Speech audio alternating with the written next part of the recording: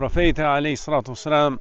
na tregon se askush nuk është më i dërueshëm se sa Allahu i Madhëshëm. Për të këqijat që i dëgjon. Thot, njerëzit e shojnë dhe e fyjnë, kurse ajo jep mirëqenie dhe shëndet. Shikoni, Allah është bamirësi më i madh.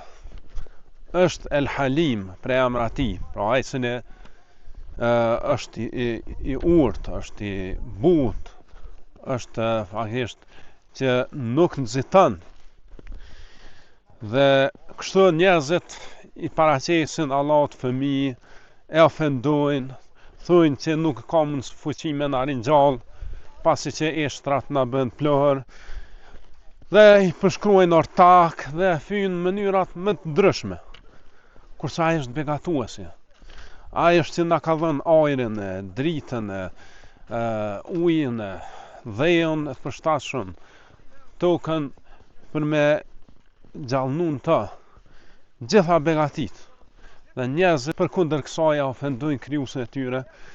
Shikoni sa njerëz mosmirnjos janë këta.